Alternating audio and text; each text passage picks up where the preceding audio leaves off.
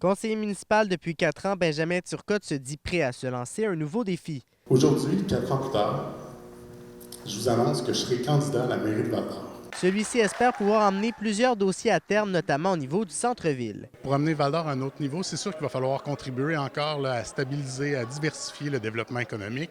Pour faire ça, il faut travailler sur la crise du logement. On a construit énormément dans les dernières années, mais ça ne suffit pas pour combler la demande. Fait que ça va être dans les premières actions.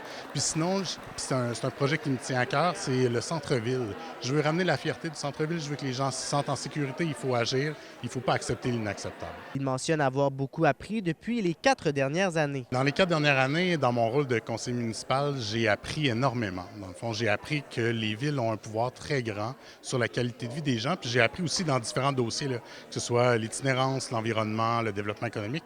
Fait que maintenant, avec les outils que j'ai développés, je suis convaincu d'être la bonne personne pour amener Val-d'Or plus loin. La mairesse actuelle, Céline Brindamour, qualifie Benjamin Turcotte comme un homme polyvalent et n'est aucunement surprise que son maire adjoint souhaite lui succéder. Benjamin, c'est un gars qui aime la politique. Ça fait des années qu'il voit ça aller, qui a déjà travaillé dans des mouvements et tout. C'est une personne qui veut voir la ville avancer. Il aime la ville de Val-d'Or. Reste maintenant à déterminer qui seront les autres candidats qui se présenteront contre M. Turcotte aux élections municipales du 2 novembre prochain.